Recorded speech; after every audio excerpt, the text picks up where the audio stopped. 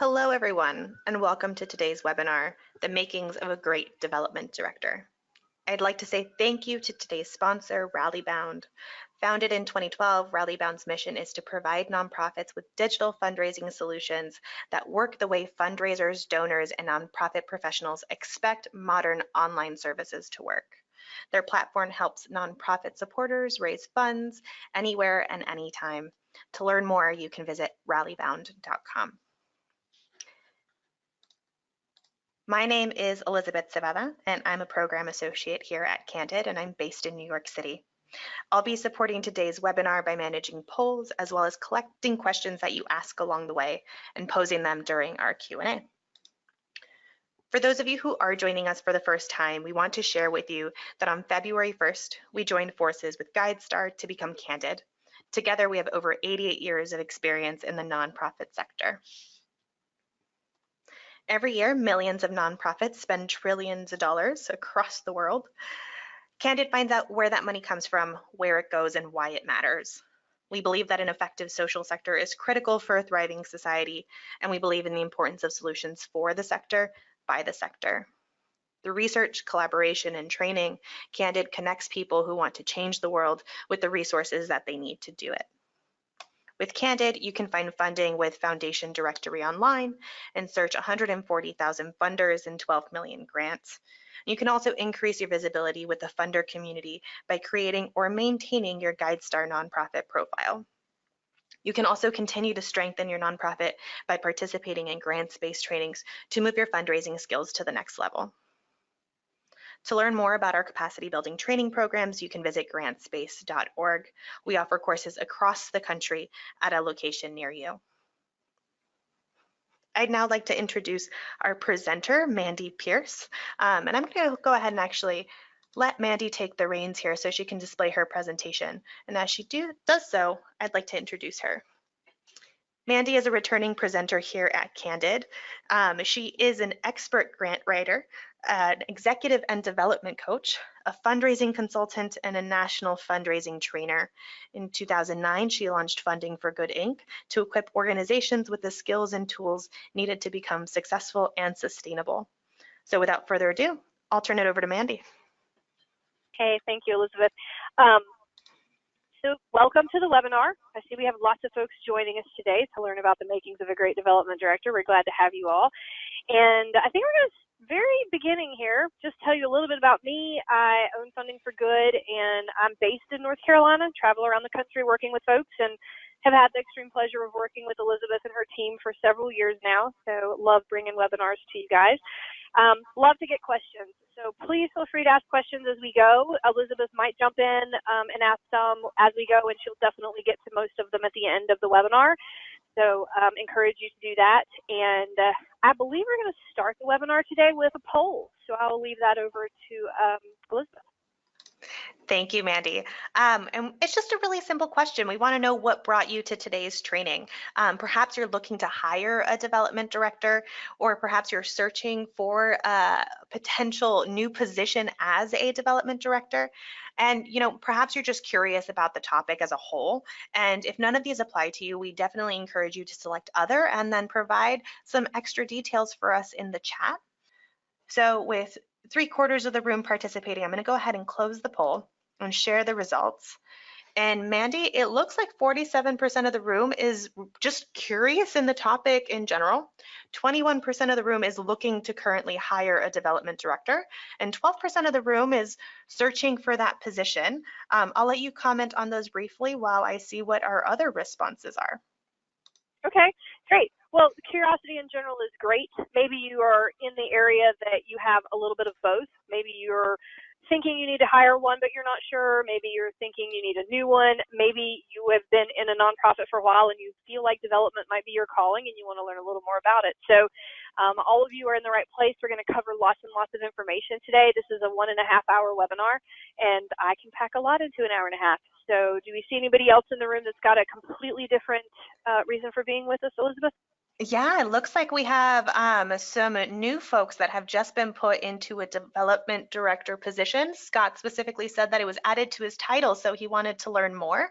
And a lot of folks are actually looking to know what they should be putting into a job description as they develop it. And I believe you will be touching on that as we go through. As always, we do have a couple of consultants in the room as well. Yay, awesome. Welcome all. Okay, that works. So again, this is me. For those of you who haven't met me in person, that's me. And if you need to get in touch with me, there's my contact information. So the next thing, and this is the last poll before we actually get into all the content, which there will be a lot, but we'd love to know the role that you play at your organization. Thank you, Mandy.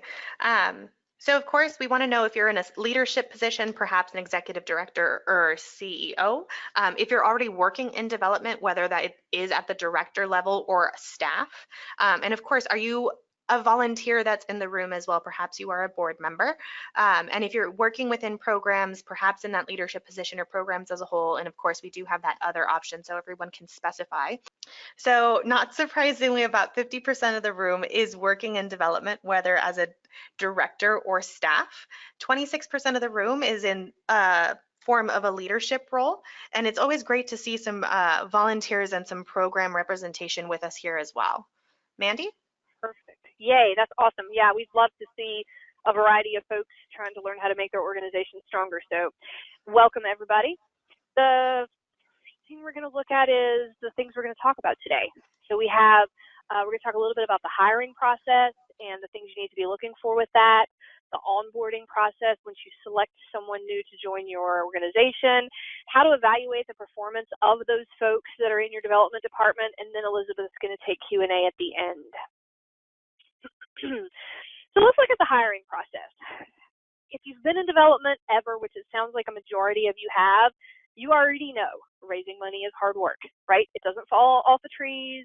It's not just coming to you constantly. It's something you have to have a plan for. You have to work at. You have to continuously build relationships with folks. You have to continuously source new donors, new avenues of raising money, which means you have to be proactive.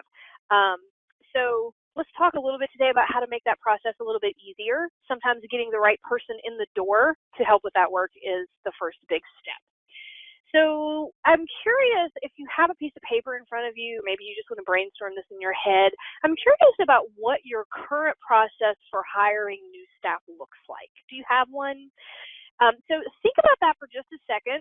Maybe you're really new at your organization and you don't know, but maybe you've been there for a while, maybe you've gone through it, maybe you are the executive or the CEO that's implementing the process. What does that process look like? What does it start with? Maybe just sit down and write 1 through 5 and put where you start. And just jot that down for a second, because we're going to talk about the process, and I kind of want you to look back at this and say, we are doing this, we are not, we've missed this step, maybe we want to consider adding this one, so forth. Then I give you just a second, write a couple of those ideas down before we move on. Okay, hopefully everybody's got a couple of the steps that you implement in your own individual process, and there's no wrong answer if there's something you have that others don't, so on and so forth. But we're going to talk today about how you can make your process stronger and maybe help find the best results for your current needs, right? How do you determine who you should hire? One thing I hear sometimes from organizations when I say, why is this person in that position? Whatever that position is, okay? It happens a lot in the development world, but whatever that position is, people say things like this to me: because they have a passion for the work we do. Passion is great, but I'm going to go ahead and tell you that there's some positions, passion's not enough. It's great to have passion, but you also need to have some skill sets around whatever that is, right? You wouldn't hire someone to be your accountant based on their passion for money. You would want them to have some skill sets around the appropriate accounting practices and how to use whatever software your organization uses. Let's say it's QuickBooks. You would want them to be competent at math, be able to, balance a checkbook, be able to manage the things you need. This is not any different. So we're talking about development directors, and we need to figure out how do we find that right person for your organization. So a typical hiring process for the organizations I've been in and the organizations I've worked with looks something like this. Some of you are going to sit in your seats right now and you're going to be like, yep, that's us. And some of you are going to say, I'm not sure if that's us. Somebody will take a job description that's been written 5 years ago and they just use the exact same job description. They're like, oh, well, this position, this is the job description we have. This must be what we need that person to do. Here we go. And then they post that in all the usual spots. They put it in their paper. They send out an email to their email list. They may advertise it in their newsletter. They may share it with some local people that they know, right? Just kind of spray and pray, put it out there and see who responds. They may have a few phone calls to feel people out that might be interested in the position. They may have a few interviews, potentially with the ED, and sometimes I've seen the ED bring in a board member to determine whether this particular candidate is a good fit. Sometimes references get checked, but what I see happen a lot, especially in smaller towns where everybody knows everybody, people skip this step. And they're like, oh, we know this person, or oh, we go to church with this person, or oh, I've worked with this person before, right? And they don't actually check references. Then they'll go ahead and offer the position to whoever they feel is the best candidate. They'll select a start date and wait patiently until the new team member starts, right? They're not doing a whole lot of prep work or anything beforehand, maybe getting an office cleared out, but then the new staff will come in, they get introduced to other staff, they get their login information for their computers, their passwords, maybe a business card, and then they say, good luck. All right, go raise us some money. I have honestly had that exact same process happen to so many people that I have worked with and for. They're like, hey, you're here, go do your thing. And then they just get turned loose, right? Now, I'm not going to ask how many of you have this process or have been through this process yourself, but I'm betting there's one or two of you out there sitting in your chairs going, yep, been there. So if you sprinkle a little who knows who and who has passion for the organization, that rounds out this whole process. And we just talked about that at the beginning, right? I'm going to hire you because I know your neighbor. I'm going to hire you because so-and-so called me and said you need a job. I'm going to hire you because you've come to all of our events and you seem like you're really passionate about the work we do. Not because of your credentials or your reviews or your interviews or anything else, right? It's just because you have a passion. So we're going to look at what might make this process better. Hiring is an intentional and thoughtful process that hopefully locates the best candidate that actually has the skills that you need for success. One of the very first things I would encourage you to do is to identify a selection committee. Now, when I say committee, I don't mean 10 people. I mean a small group of invested individuals in your organization. Typically, we see some of those people as being the executive director or the CEO, maybe the board chair or someone on the fundraising committee if you have that set up in your organization. Maybe it is another director at your organization. Maybe it is an invested community member. Maybe you're working with a consultant and you would like them to be in on the process, right? So decide who your committee is. My recommendation is 3 to 4 people max. 3 is probably great. The leader could be, maybe you don't have a leader right now. Maybe you're a new organization and you want to get the development person before you pay to hire an executive director because you want to ensure that you have money coming in, right? So then who's the next person? Maybe it's the founder. So you guys have to sit down and say, who's available to us? Maybe your board chair is the right person. Maybe there's another board member who's more invested in the development aspect of your organization. So sit down and flesh that out.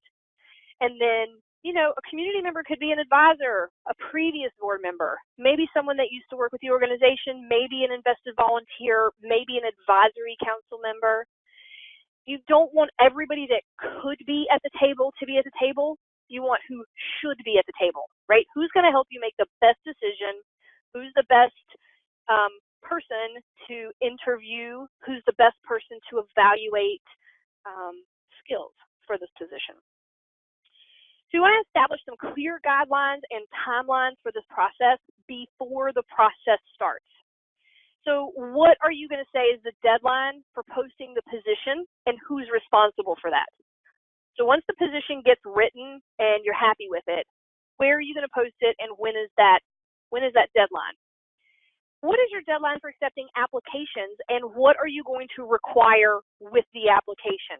Are you going to require a resume?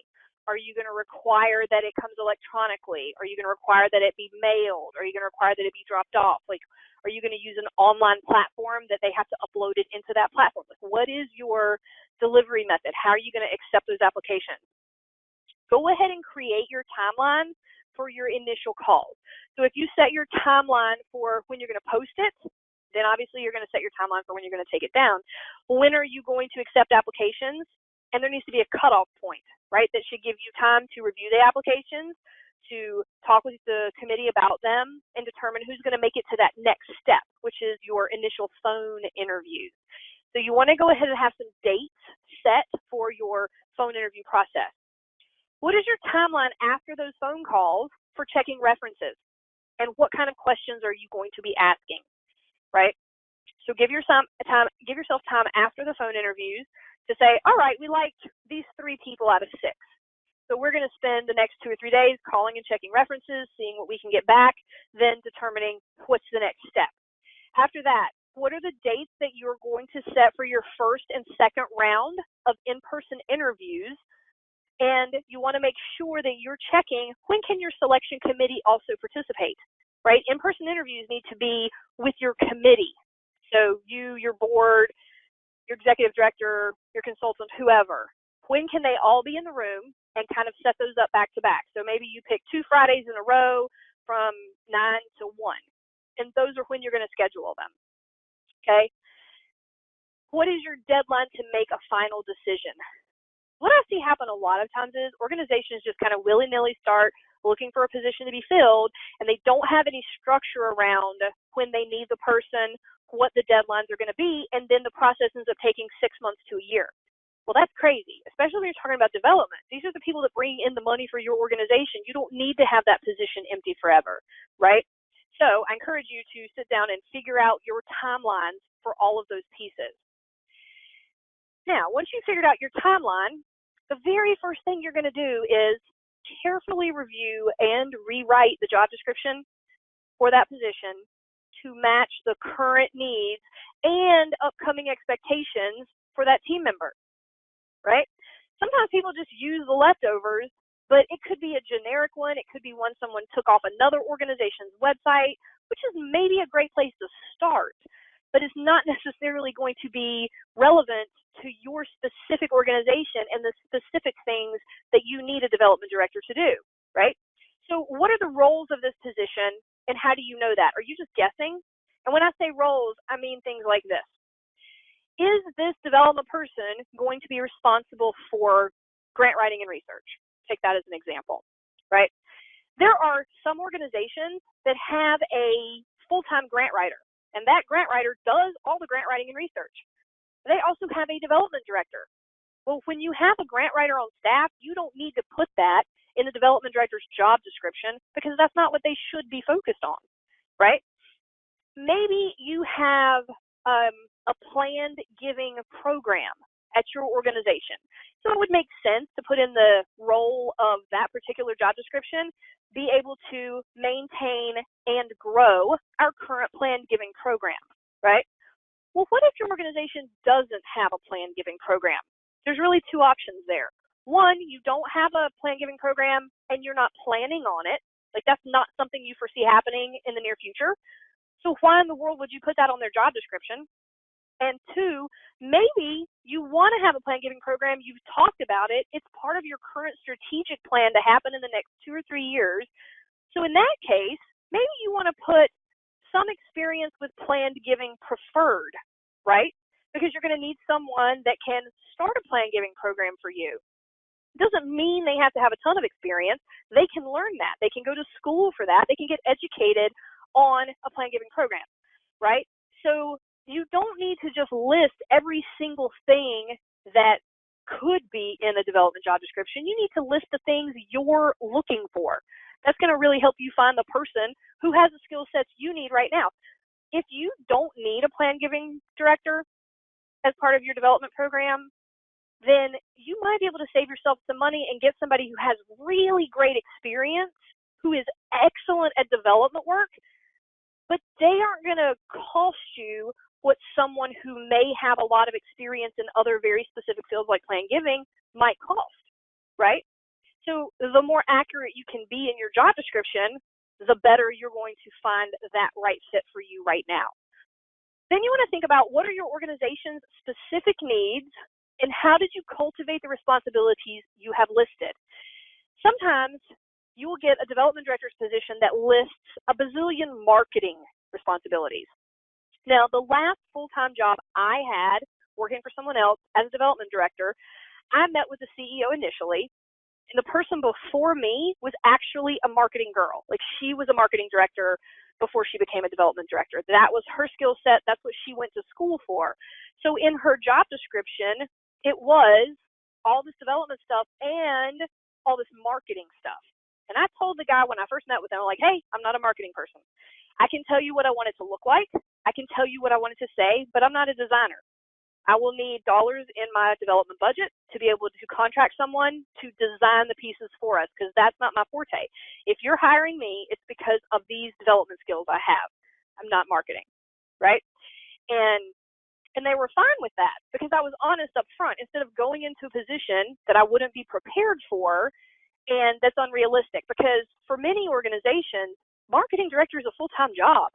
The organizations that combine marketing and development successfully are usually a much smaller organization.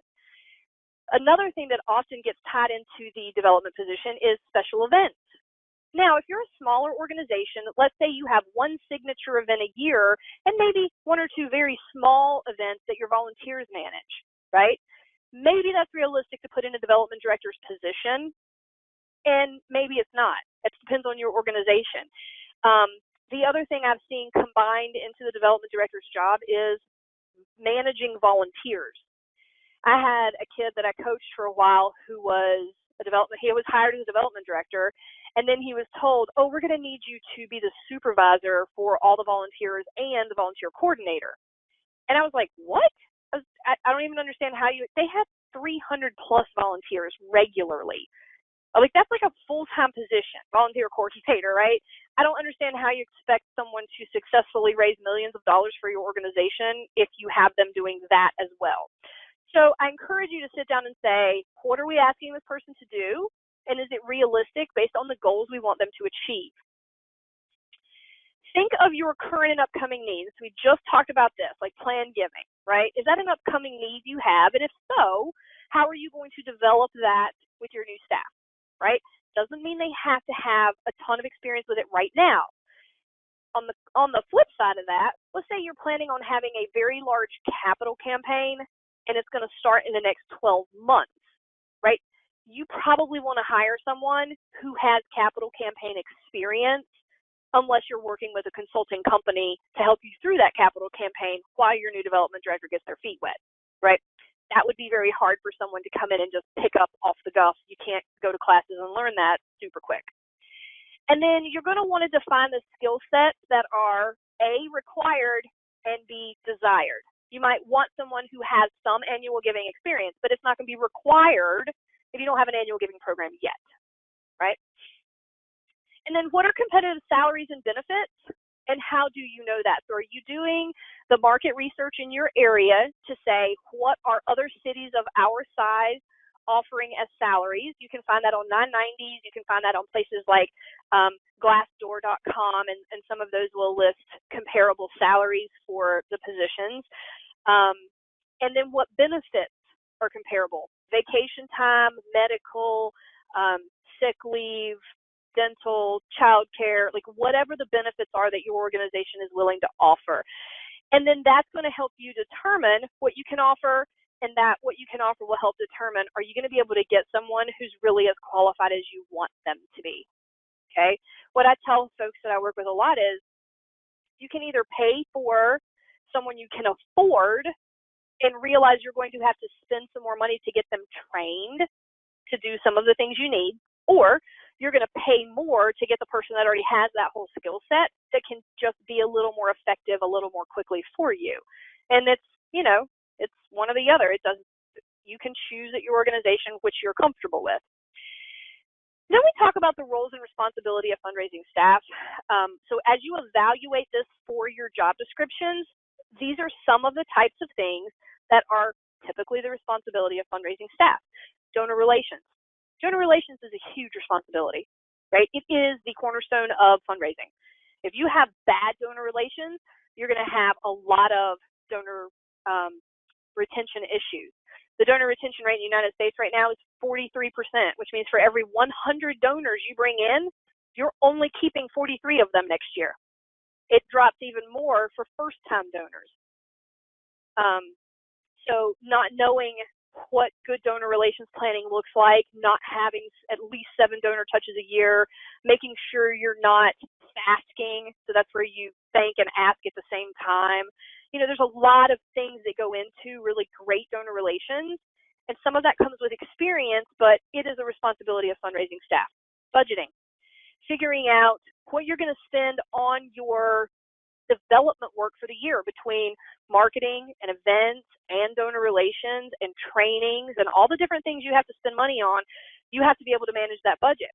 Now, if you are a fundraiser who is also responsible for grant writing, you really need to know budgeting because you're going to be putting together budgets for those grants. Capital campaigns the same way. Grant writing and research, special event planning and implementation, sometimes marketing and messaging. Messaging comes in even if you're not the one designing the marketing. As a fundraiser, you need to be able to help create taglines, campaign themes, messages for Giving Tuesday, all those types of things. And you're also going to be crafting thank you notes, appeal letters for direct mail, messages for local media. Maybe you're doing a press release. So you do have to have some writing skills, and part of that comes into marketing and messaging. You may or may not at your organization have someone responsible for social media content. Maybe it becomes a portion of the role of your development director to at least craft the messages for the development content. I work with an organization they have an organization, and that organization has a foundation, right? So the foundation has separate social media from the organization because their social media content is so different. It's all focused on the donor experience and what the dollars do and the impact they're having in their community, all that type of thing. So you have to decide at your organization, what role will the development staff have in social media? Potentially you have planned giving. Maybe you have an endowment and you need someone to grow it or manage it or assist in the reporting of that. Maybe you want to establish your first endowment, right? So do you have someone working with you that understands that process? Annual campaigns. A lot of organizations don't start off having an annual campaign, but eventually they get to where they have one. Do you have someone that understands the process of creating and implementing an annual campaign? Do they understand how to grow monthly donors? Do they understand how to do online giving? We talked about capital campaigns. You need someone who is able to do data tracking and reporting. Many organizations have donor software. So someone's going to need to understand how to use that database effectively because some of those databases are really powerful tools, and it takes a while to learn them. Not every organization has the same database, so you have to learn a new organization, their process many times. But those are the pieces that you're going to think about when you start talking about what are the roles and responsibilities that we need our fundraising staff to have. And then within the job description that you write, you're going to probably want to consider these sections. You don't have to put them all in there, but this is a really great way to lay out your job description. At the beginning, you want to start with a summary of the position. Our director of development exists to fill in the blank, right? Like, what is the title? What is the purpose behind it? Why do you have the position? What are the goals of the position? You know, this position exists to A, increase revenue by blah, blah, blah. B, expand, da, da, da, da. 3, like whatever the things are that you're going to be measuring. And then you're going to have the section we just talked about, which lists their responsibilities or their duties. And then you're going to have the requirements, like must have excellent oral and written communication skills, right? Like that might be a requirement. And then the structure, and by that I mean, who does this position report to? Director of Development reports directly to the CEO of the company, right? Or maybe you have I have an organization who the Director of Development reports to the Vice President of Operations. The Vice President of Operations reports to the President, right? So what is the pecking order, if you will, for this position? And then what are the activities this person may be responsible for? Things like, will be required to attend monthly Association of Fundraising professional meetings in Austin, Texas, blah, blah, blah.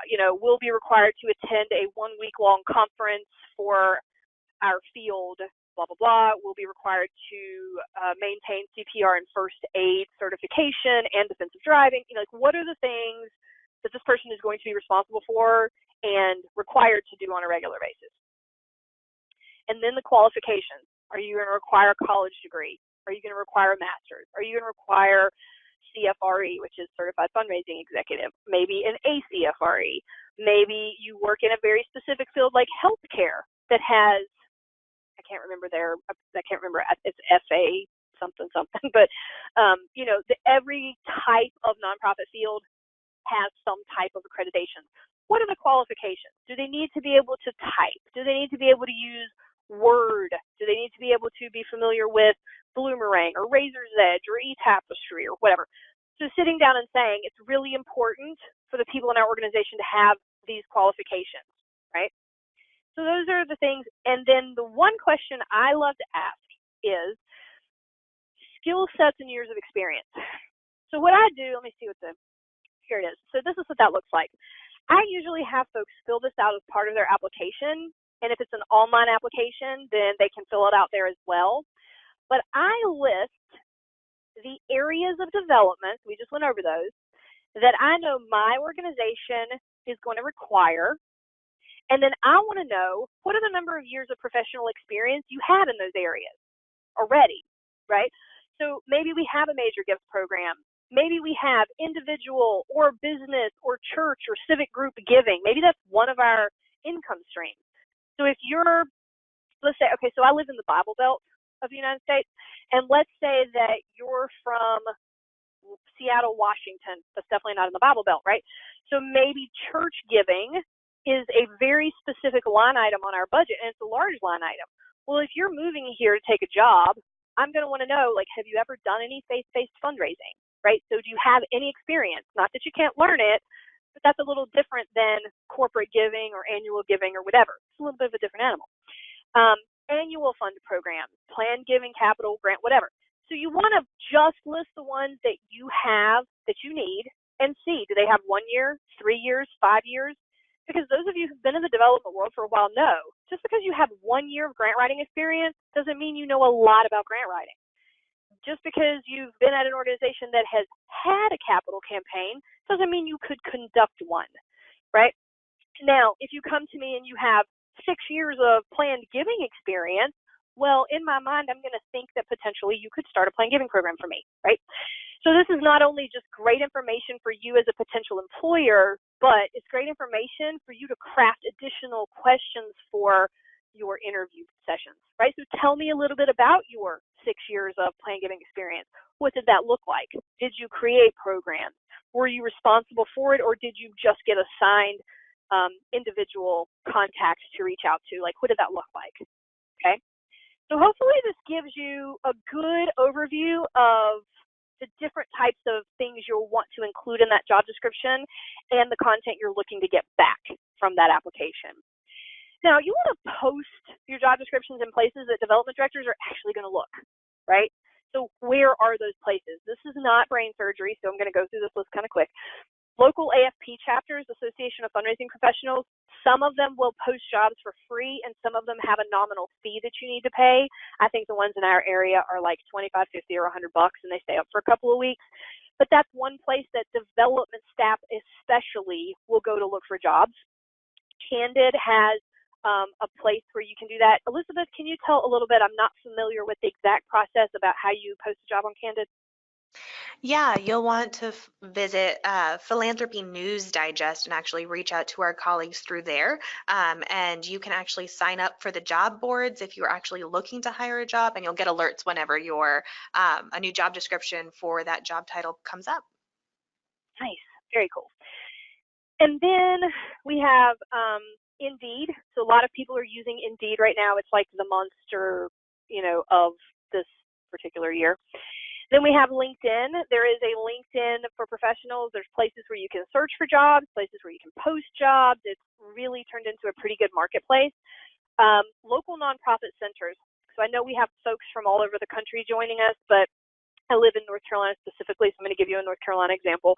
We have the North Carolina Center for Nonprofits. We also have Western North Carolina Nonprofit Pathways. And so there are several different places in the state where people could go to post jobs specifically for the nonprofit sector, and I'm sure there's plenty of those in your area as well. On your organization's website and social media, sometimes people don't list their jobs because they want to make it sort of a, just a local who we know kind of search. But people are looking at, like, let's say I have experience working with YMCA, and I have some history there, right? So then I'm going to go to other YMCA websites in the area where I might like to live or where I do live, and I'm going to look at their job openings or their job opportunities. And if you're not posting stuff there, you may not be getting some really great candidates. Okay, so I encourage you to be doing that. E-blast to your media list or adding it to your newsletter to let folks know you're looking, submitting a press release to your local news outlets, and then sharing with local nonprofit professionals in your area that can then share it with their networks. Like, people send me stuff all the time and they're like, oh my gosh, I'm looking to hire a position for this. Can you share it with people that you know? Or vice versa, I'm looking for a position. Do you know anybody that's hiring? Because a lot of that stuff comes across my social media and my personal email. So use the people that you have relationships with. It's all about networking in your area. So you want to be able to review your applications and put comments on them, and you want to make sure that everybody on your committee is doing the same thing. So you have a well-rounded group of questions and eyes on applications. So people can say, I'm curious about why there was a gap in employment here. I'm curious what this job entailed. I don't understand what their educational history has to do with this position. Whatever those things are, it helps you put together a more comprehensive list of questions for your first round of in-person interviews. Right? You don't want to just get on the phone and start randomly talking with someone. You want to have a structured interview, and you want to be able to know the questions you're going to ask, because hopefully you're going to go back to your committee and say, these are the things I found out. Or maybe your committee is on the phone interview with you, however you decide to set that up, right? It's very important for you to be able to determine what are you looking for in an application and in a phone interview. Are you looking for someone to have great speaking skills? Are you looking for someone to be able to think on the fly and answer questions they weren't expecting? Are you looking for someone to not get defensive when you ask a question about something on their application that could look, questionable? What are you looking for? You know your organization, and you know your the culture in your specific office better than anybody else. Who do they need to get along with? What kind of skill sets do they need to have? And you can get a lot of that from the phone interview. Did they complete all the requirements for the application? If you ask them to check those boxes and put how many years of experience they had, did they do it? If you ask them to submit a cover letter with their application, did they do it? Because a lot of times, and honestly, I'm probably a stickler, and everybody that went through an interview process might hate me, but if you can't follow the instructions that I give on an application, then what makes me think you could follow instructions at an organization or the rules, right? So I typically don't look at those myself. But what are you looking for? Maybe you need a rule breaker, right? So what are they doing there? What's their communication style? Have you ever talked to somebody and you're like, I really get along with them, but I know so-and-so would not get along with them? Well, is that so-and-so the person they're going to have to work with every day? Or are you the person they're going to have to work with every day? So maybe they have a more direct communication style. I get this all the time. People, when I was growing up, they'd be like, you're so abrasive. And I'm like, no, I'm direct, right? Dudes don't say I'm abrasive. They say I'm direct. Ladies say I'm abrasive, because it's all about perception, right? So what kind of communication style do they have, and is that what you need at your organization? Do they have the ability to think on their feet? Because as a development director, you have to ask people for money, explain to them how their dollars are going to be used, answer questions they have maybe about financials or what you're going to do with their dollars and when and how they're going to get communications from you and blah, blah, blah. Well, you don't have a script when you go to talk to a donor, so you have to be able to think on your feet when they ask you something you don't know. Try that out in the phone interview and say something they're not expecting and see how they respond to that. Personality and connection on paper versus over the phone. Sometimes people are so amazing on paper, and then you meet them and you're like, whoa, that is not what I was expecting. And sometimes you have the reverse of that. Sometimes you're like, I'm not really sure this person's going to be a good fit, but there's just something drawing me. I want to give them a phone interview. And then you get on the phone with them and you're like, oh my gosh, I just need to get you in front of my donors. You're great, right? So it's just like a test. Some people are extremely brilliant and they don't do well on tests. And some people are not so brilliant. They do great on tests, but then when you talk to them in person, they can't regurgitate any of that content to you, right? Don't base every single resume you see on a criteria of answering a question. Sometimes it's about how they answered an open-ended question. Sometimes it's about how prompt they were and how they paid attention to details and how neat their application is, and if they followed through with a thank you for the opportunity to apply kind of letter. There's lots of little details to think about. Can they answer questions thoughtfully and with content? I did an interview with a client's potential development director over the summer, and every question that I asked her, she gave me a super generic answer, which told me she hadn't really done the work. She was in an organization that did that kind of work, and she may have been around it enough to speak at a very high level about it, but not details. Like I would ask her, tell me about your role in the special event planning process. And her answer was something like, I would always go and help set up, and we were always there for the events when they happen, blah, blah, blah. But it wasn't we helped secure sponsors, we coordinated the volunteers, we thanked the donors, we secured the in-kind contributions and things like that. So it led me to know, yeah, she knows enough to say some things, but not really the answers I'm looking for. So what kind of answers are you looking for? And sometimes it's great to have a development person in the room for your interviews. Like, let's say you're an executive director and you've never really done fundraising at this level. You might want to consider having someone in the room that knows the right answers to the questions, because you may not know what they are right now, and that's okay. You have the power to have whoever you want on your committee to help, right? And so that's part of this planning process. What are the specific answers to selected phone interview questions? So you're going to want to take notes on that so you can report back to the committee if they're not in there with you. Now, predetermine interview questions for each round, all right?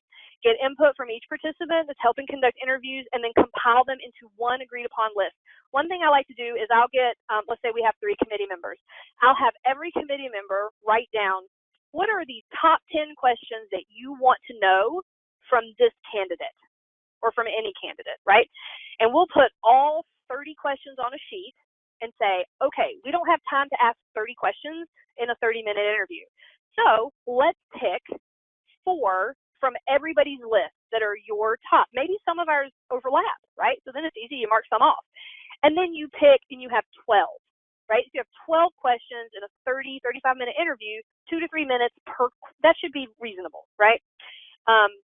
So whatever your process is, you want to go ahead and have a list there at the beginning of each interview so you know what you're asking, and so you're prepared, right?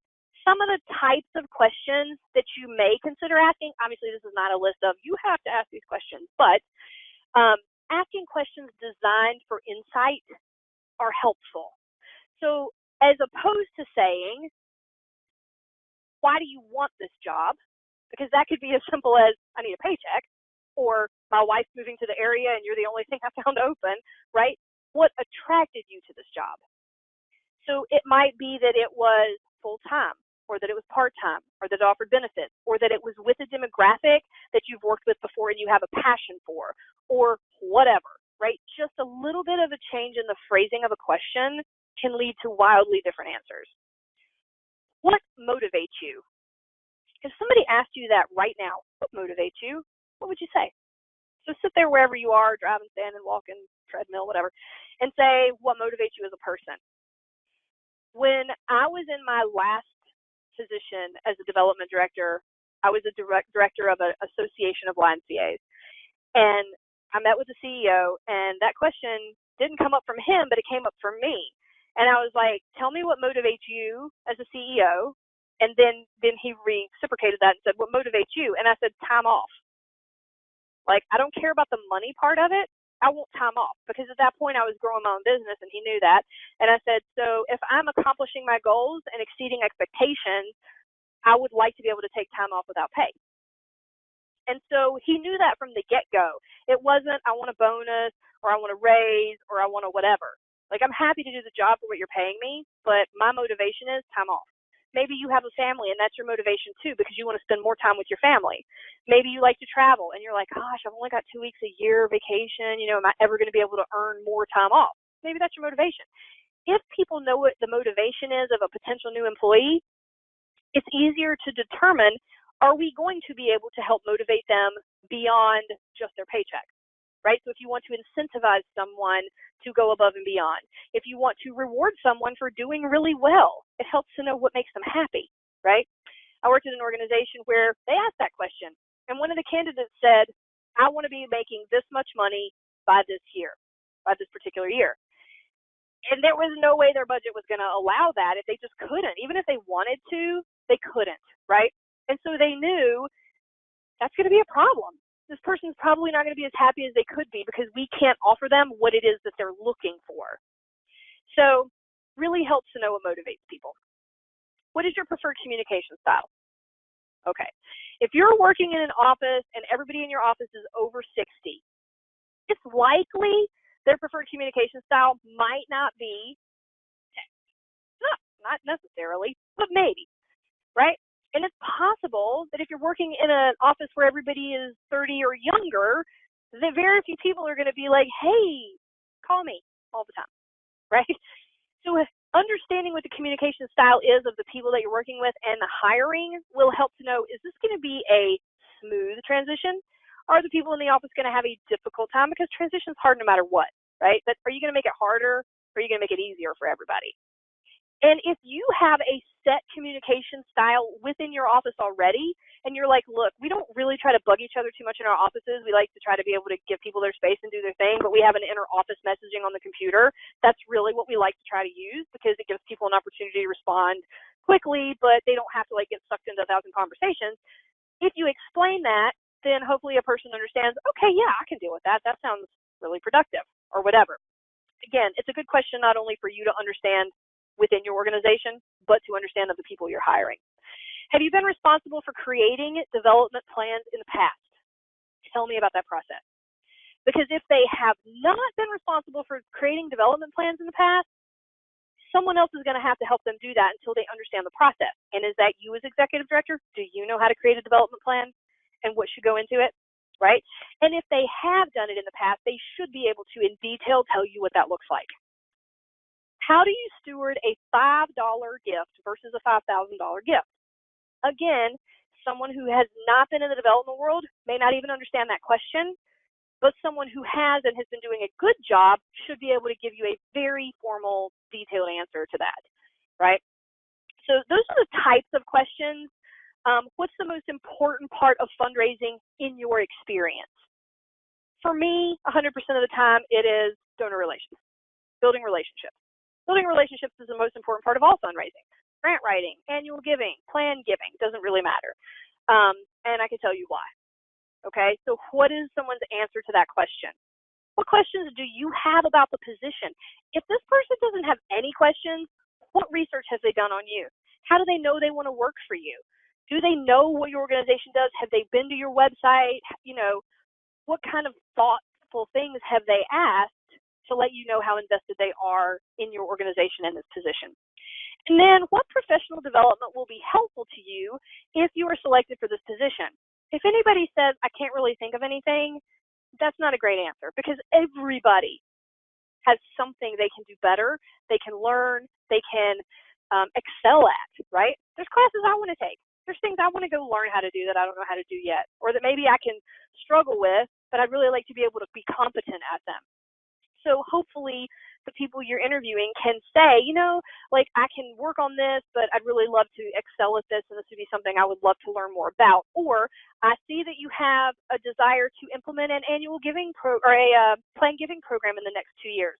I haven't had a lot of experience with that, but would love to start taking some classes so I could be the one to help implement that for you, right? So again, being able to ask the kinds of questions that are going to lead to the answers you want. Now, after those phone interviews, you want to check references. You just want to check references, okay? Sometimes, not saying it happens all the time, I have run into situations where people put down references and those people don't even know them. They're like, I have no idea who you're talking about. Or you will get that real weird call where you're like, this person was employed from this date to this date and they're no longer with the organization. And they don't say anything else, right? There's nothing good. And of course, they can't say anything bad. And then you're just like, okay, that's awkward. So be sure to check references. And a lot of times, people just say good things when you call because it's a friend of the family or whatever. That's fine, but you still want to have done your due diligence to check those references. All right, that was a lot of information. I'm going to take a breathing break and let Elizabeth ask you this poll. Thanks, Mandy. So I'm going to go ahead and launch this poll in just a second. And what we want to know is, do you currently have a formal hiring process in writing at your organization? And it looks like 31% of the room does have a formal hiring process. 32% of the room is still figuring out their hiring process. 19% of the room has one that is a work in progress, and 17% of the room says that they're not really sure if they do. Any thoughts here? I think it's great that a third of you do have a process. That's outstanding. And hopefully a lot of the things we're talking about today will help the rest of you figure out what your process outline can look like, at least, and take that back and sort of implement an actual formal process. Because a lot of the things we're talking about can be used across the hiring spectrum. Obviously, we're not going to talk about development roles and responsibilities if we're hiring, you know, for a program director, but a lot of the elements of this concept are the same. So hopefully this webinar in general will be really helpful for the organization as a whole as you create policies and procedures to help you run more smoothly going forward. Thank you. I'll go ahead and let you take it from here. Okay. So the next thing we want to talk about is the onboarding process. A study by the Society of Human Resource Management lets us know that the average cost to hire an employee is $4,129, with around 42 days to fill a position. And according to Glassdoor, which I think I mentioned earlier, the average company in the U.S. spends about $4,000 to hire a new employee and takes up to 52 days to fill that position. Now, turnover in the nonprofit role, or in the development director role at a nonprofit, is astounding. I hope that I put that statistic in here. Oh, but I did. So average development director vacancies are 6 months, and 16% of them last up to 2 years, okay? According to an article in Training Industry Quarterly, it takes at least 1 to 2 years before an employee is fully productive. Now, I always tell my folks that I work with, it takes a year just to learn the organization, the donors, the processes, every event that you do, to create your 1-year calendar and get good at, okay, I know what to do this year, right? So it takes a year just to do that piece. It takes the second year to really get those relationships in a place where you can start having conversations about planned giving, working on your endowment, and building the request of individual donors.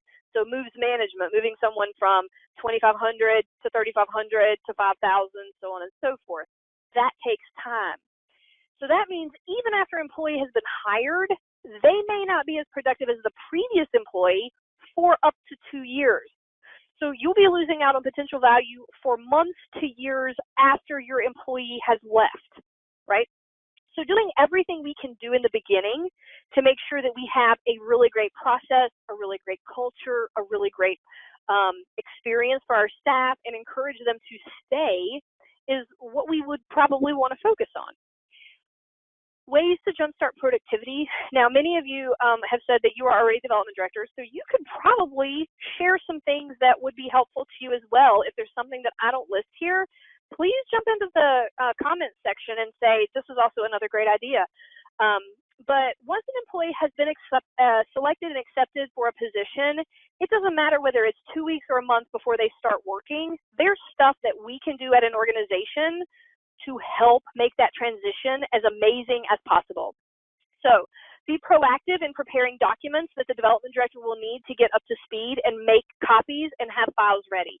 If you're already a development director, maybe you're looking at hiring another development staff, maybe an assistant or someone else in your department, right?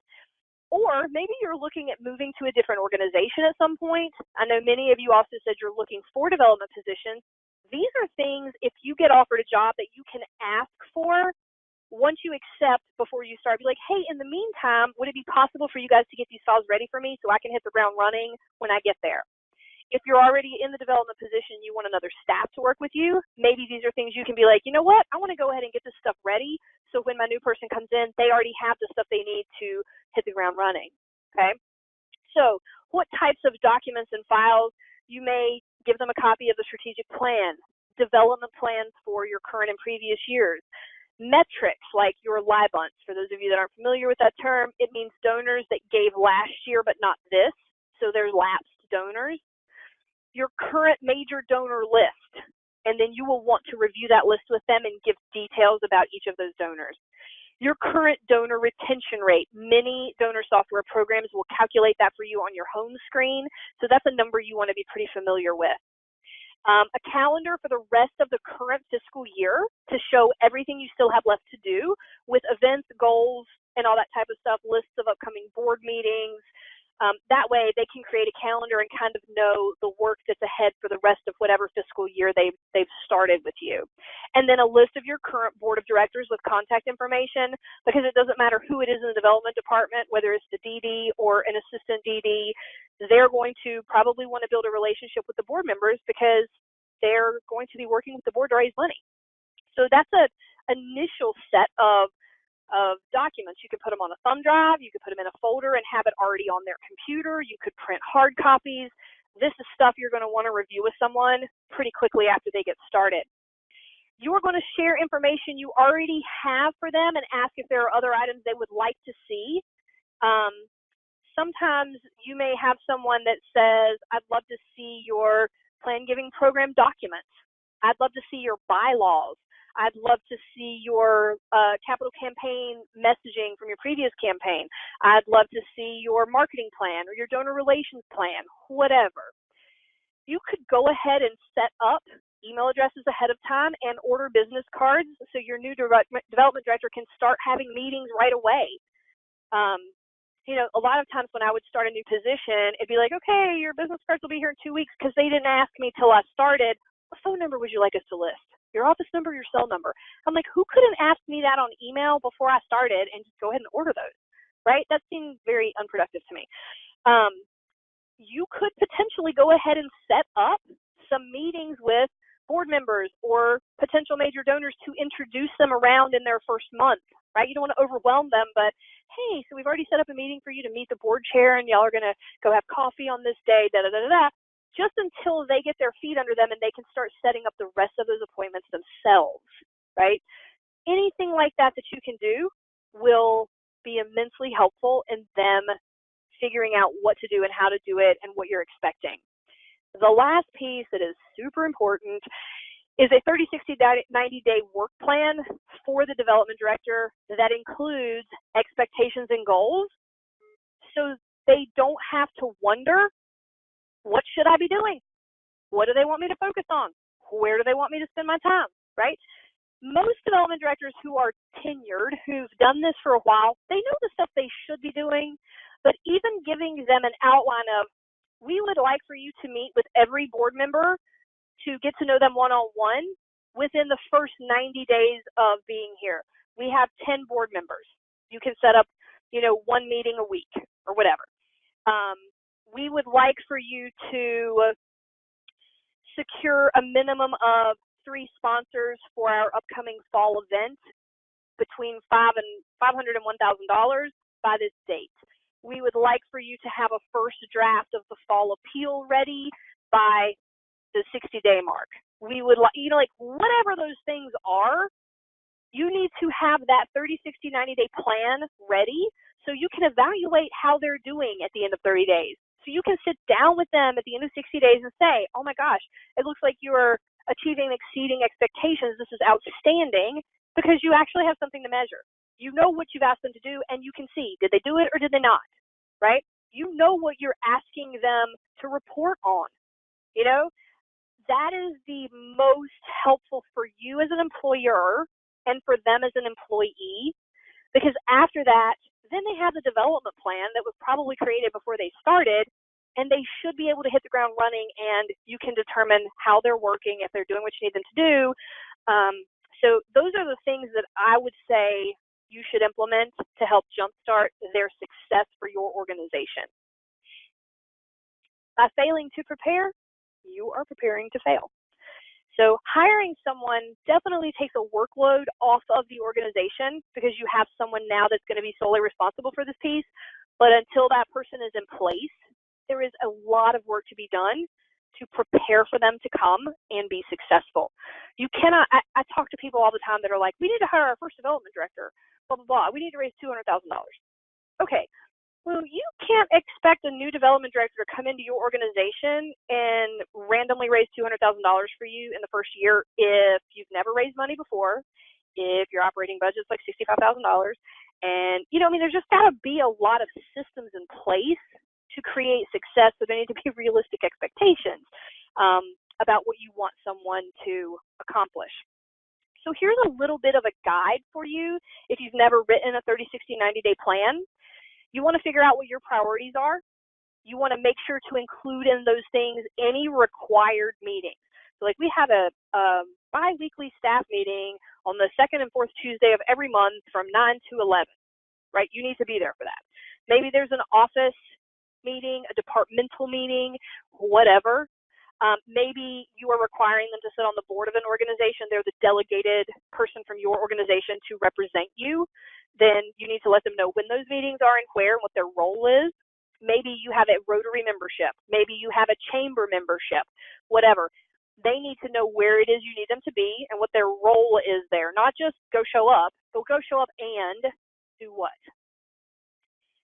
What meetings they need to set up. So again, we mentioned potentially meeting with boards. Maybe they're going to shadow staff in each department so they really understand what every department is for. Because when you're fundraising, you could be fundraising for the organization as a whole or for each program or project individually. If you don't know what those programs and projects do and you don't have any rapport with the staff in those departments, it's very hard to be an effective fundraiser. Many fundraisers, development staff, are in a corporate office and they're not working in the programs every day. That makes it very hard for them to know about the day-to-day operations and the stories that are being told there, right? So that's another great thing. Be sure to give them the specific list and contact information of the people you want them to set up meetings with. And then setting up SMART expectations. So specific, measurable, attainable, realistic, and timely. So you don't want to just say, meet some of our board members. You want to say, schedule time to meet with a minimum of one board member weekly, beginning in week 3 of your job until you have met all board members. Okay? You can't really measure number 1. If they met with one board member, technically they accomplished that. But you told me to meet with some and I met the chair, right? But when you say the second one and tell them who and how and when, then it's very measurable. And you can say, did you do it or did you not? And if you didn't, why? Right? So that's kind of the content you want to include in your 30, 60, 90-day plan. Hopefully that'll be helpful as maybe even if you have staff coming to work under you as a development staff, that would be a development 30, 60, 90-day plan you could put together. And so then the development plan sort of leads to the performance evaluation piece. There's a lot of different ways to evaluate performance, but it's easiest if you have a plan that has SMART goals and objectives associated with it, that has timelines and deadlines that you can review and say, your goal was to raise $50,000 from individual donors. We are 6 months into the year and you've only raised 10% of that. Technically, you should probably have raised 50% at this point because we're halfway through the year. So, what are your strategies and why are you not there and what do we need to do to fix it, right? don't attribute motives to actions. Ask questions. Meet regularly with your staff and say, what are you doing to accomplish this? What are your strategies? How is it going implementing those strategies? Is there anything I can do to be helpful? If you're the development director, maybe you're asking your executive director, these are the things I need to be successful. This is why I'm not accomplishing this. Or we've exceeded this. This is why we need to continue to do this in the future, right? Now, I am not naive. I have worked for many organizations, and I do understand that communication is not always easy or welcome. So I can't tell you a surefire answer for every single one of you joining us today for what you can do to have effective communication with your superiors or subordinates, because I understand that there are a myriad of possibilities that will cause that complication in communication. But in an ideal world, you'd be able to have some open conversation about, this is what we're doing well, we should continue this. This is what we're not doing well, let's tweak the strategy a little bit. What do you think about this? Can I get support as a development director? This is what I mean by that. I either need dollars or time or staff or volunteers or whatever to make this happen, and sort of tweaking those plans. So I think the last question we have for today is if your organization currently has an actual formal development plan. So this is either a yes or no question. And Elizabeth, I'll let you share results. So Mandy, it looks like 56% of the room does not currently have a development plan, and 40% of the room does. So with that, I'm going to go ahead and hide the poll and let you comment and continue. Okay, well, I'm glad that many of you do already have a plan. It is one of the easiest ways to organize, strategize, and track your progress throughout the year. I love to use a development plan. I'm a little OCD. I'm a very type A person. So I usually update my plan every week as I get checks in, as I get sponsors in, as that type of thing. But monthly is also great if you don't have that kind of time or you're not a type A. And that way you can sort of analyze, are we on track for each of our funding streams for the year? And if you are, fabulous. And if you're not, it gives you an opportunity monthly to say, maybe we need to tweak this, or maybe we need to focus on this a little bit more now that we've exceeded this other funding stream. So if you haven't created a development plan and you don't know how to do that yet, then you will want to share how you did with new people. And if you don't have one, then you're going to want to create one. If you're an executive director, it's totally something you can create and be a part of. Once you have a development director in place, a lot of them will take this responsibility to draft the plan and then typically work with the executive director to finalize everything, because some of it has to do with budgeting. Typically, you have to have a budget first before you can create the development plan, because the budget will say, how many dollars does the development department need to bring in, right? And that's what the development plan is based on. So if you do have a development plan, you're going to want to share with your new development director. And if you're a development director already, maybe you're going to hire new staff, you would want to share this with them. Who and how was the plan created, right? So who did it? And then what was the stuff they used to put in it? Where did they get their numbers? Where did they get these funding streams? When was it put together? How were the metrics determined? So goals and objectives, how were those determined? Are there formulas already in there? And if so, what are they? What are they actually measuring? You would want to make those clarifications. What are the historical references for previous performance measures of each revenue stream? Just going to take one for example. Let's say you have individual giving, right? You want to look at the last 2 or 3 years of individual giving and say, how many dollars did we raise in this funding stream 3 years ago, 2 years ago, last year, and then what's our goal for this year? Because looking at those historical numbers is going to tell you, can we increase giving? Should we decrease giving? What is our trend? Is there some anomaly in there? Do we know what caused it, right? Because you can't just willy-nilly say, we need $500,000 this year, so we're going to raise $200,000 from individuals if you have no idea what you've done in the past, okay? You want an explanation of the revenue streams that the DD is responsible for, okay? You may have listed every revenue stream for your organization. So I work with Habitat for Humanity, and we list every revenue stream Habitat has. One of those is the Habitat Restore, okay? My development staff there are not responsible for that revenue line item. They don't work at the restore. There's nothing they can do to increase or decrease revenue at the restore, okay? So it is listed as revenue. It shows in the overall income of the organization, but my staff know that's not a line item you're responsible for. Things like the endowment drawdown. It's on there. It shows how much they're going to draw down this year, but my staff don't have to be the ones to be responsible for raising those dollars, right?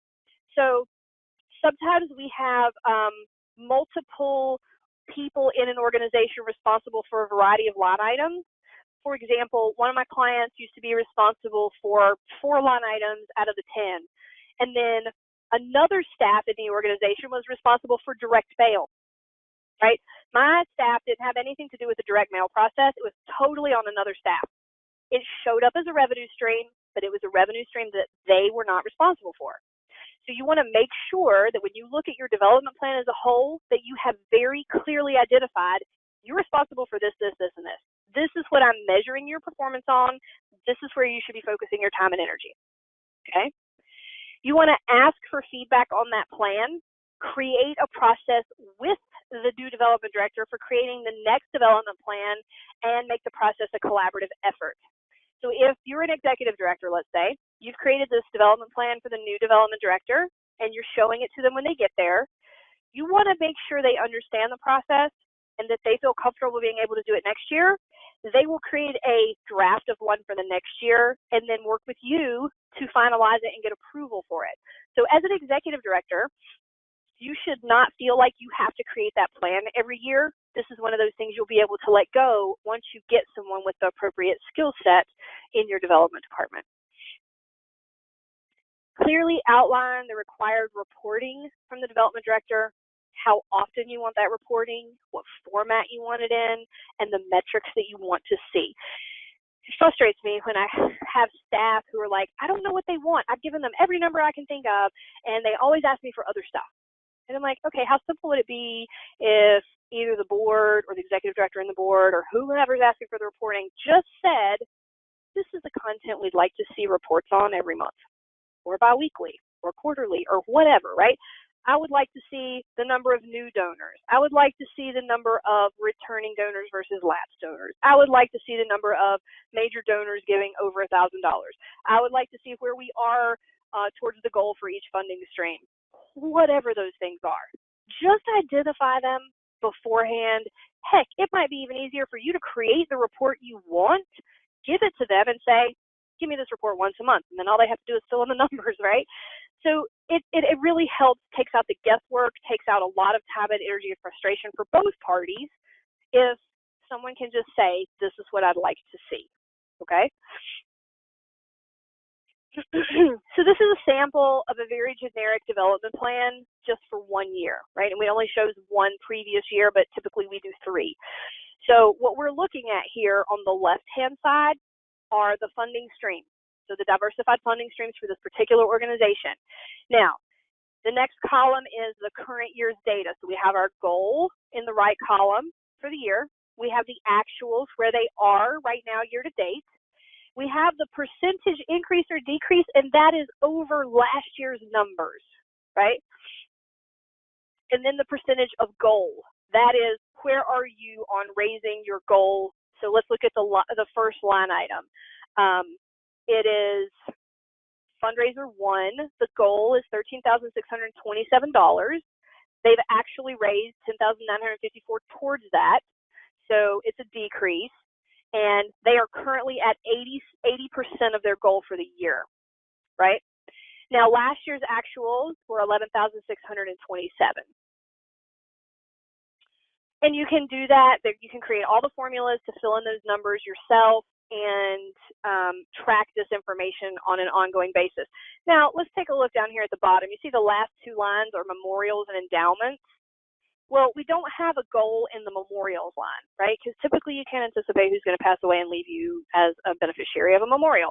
So not only do we not have a number for the goal there, but we would tell our development staff, okay, so you're not responsible for a goal. Like, this just comes in and we do track it. We like to see what money came in that category, but it's not one that you're quote unquote responsible for.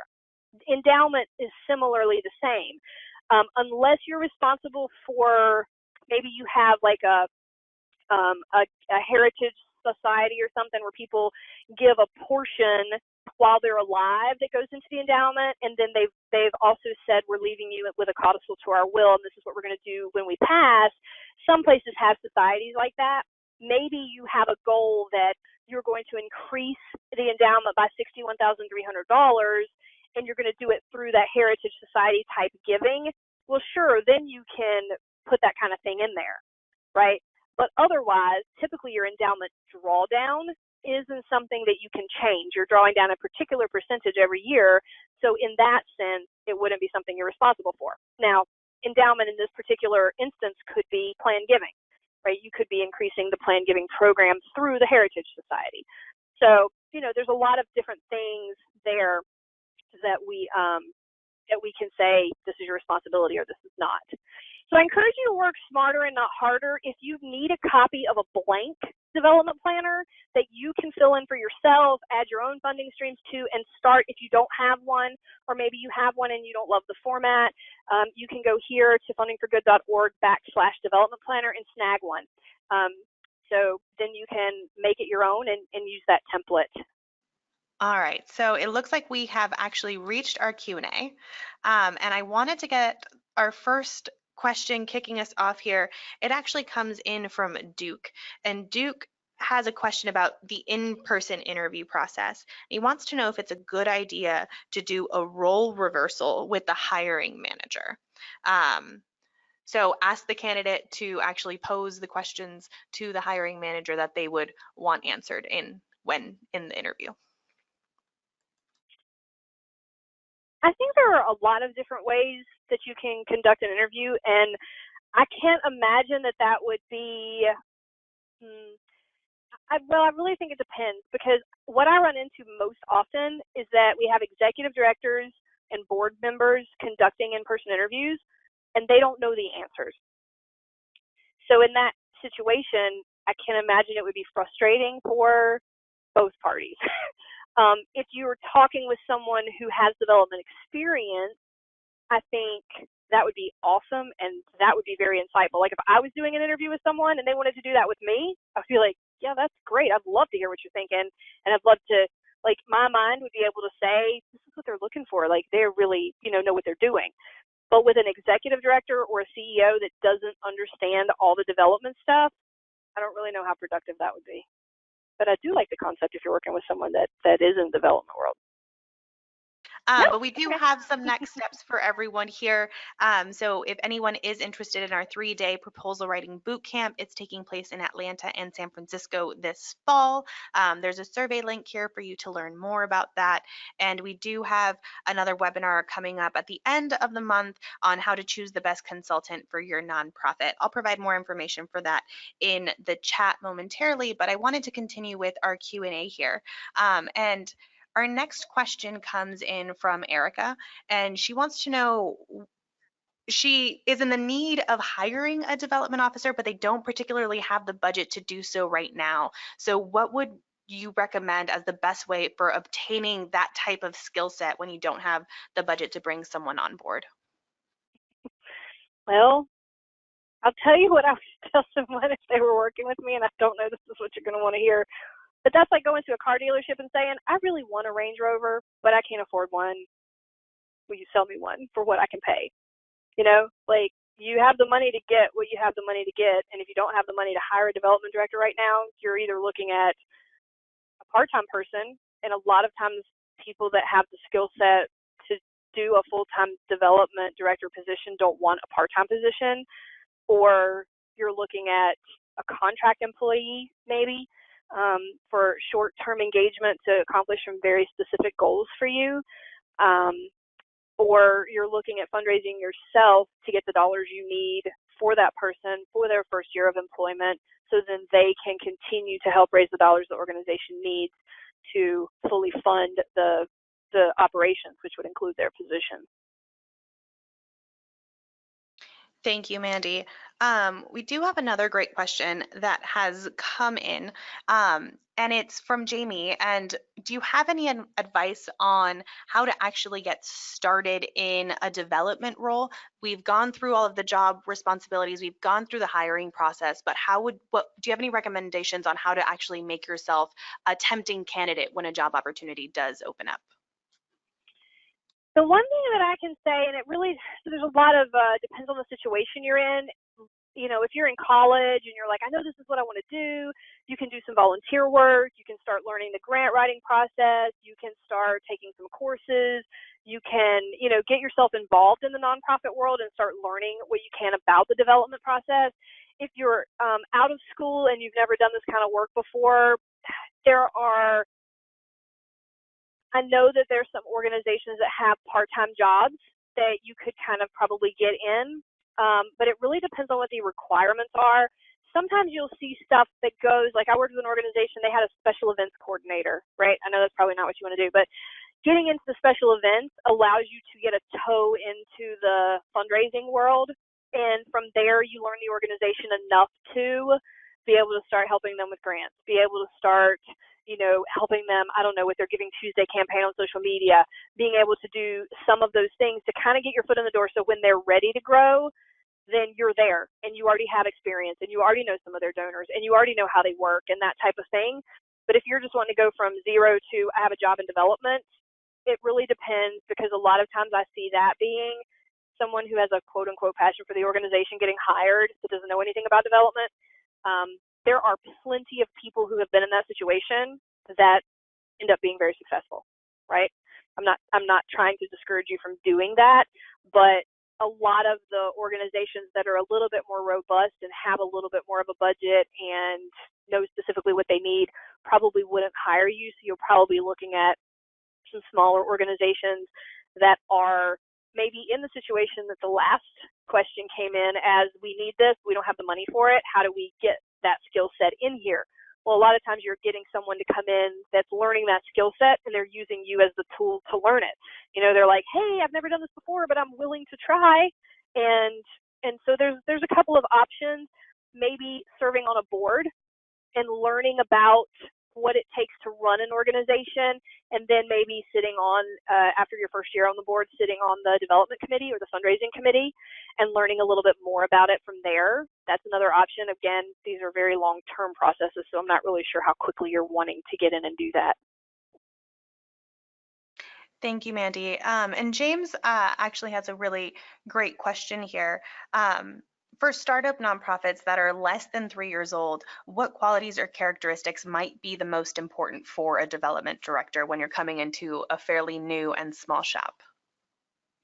Um, I think having the skill sets to do donor relations, having really great contacts in your local community, because a lot of even foundations won't fund many organizations, programs, or projects until they have 3 to 5 years of success under their belt. So you don't necessarily need to look for someone who's like, we're the best grant writer ever, because you may or may not even qualify for that at this point. You're really wanting someone who can focus on and grow your individual giving streams, whether that's corporate, business, individual, churches, special events, online giving, monthly giving, those types of things. And someone who understands that wheelhouse really, really well, because 70% of donations coming into nonprofits come from individuals. They don't come from special events. They don't come from foundations. So if you had to pick one thing to focus on, it would be someone who has those specific skill sets. Thank you, Mandy. I think that was really helpful. I'm sure this is a context that you might run into time and again, but Carrie is joining us from a fairly rural location. They have a 26,000 population and they're about 90 minutes from either capital city that's closest to them. So they're wondering, what if their well-paying posting for a development director doesn't necessarily attract the candidates they hoped for because their ideal candidates may not be within their geography? Sure. So there's a couple of options. One, you either have to be able to pay more to get people to come to you or commute to you, Or two, you may end up having to pay a consultant that can do some remote work for you and work in your office some, because I think it's extremely difficult to do successful development work if you're never in that particular organization's office. And then you may also consider a very liberal schedule of you can work at home 3 days a week and be here 2 days a week, that kind of thing. But again, if that person is so far outside of your local community that they don't have contacts in your local community, it might not be very successful. So that's a really hard place to be, truly. And I've had clients that are in that situation before, so I get it. There's not really a great answer for that, but there's some options depending on the funding you have available. Absolutely. Well, thank you for the thoughtful responses today. We've been getting lots of thank yous coming in through the chat. So with that, I want to say thank you to you, Mandy, and thank you to our sponsor, Rallybound, for offering today's webinar at a complimentary price to our audience. If you would like to learn more about Rallybound and their fundraising tools, please visit rallybound.com. We hope that you enjoyed today's webinar and that you join us again soon. Have a wonderful rest of your day, everyone. Thank you.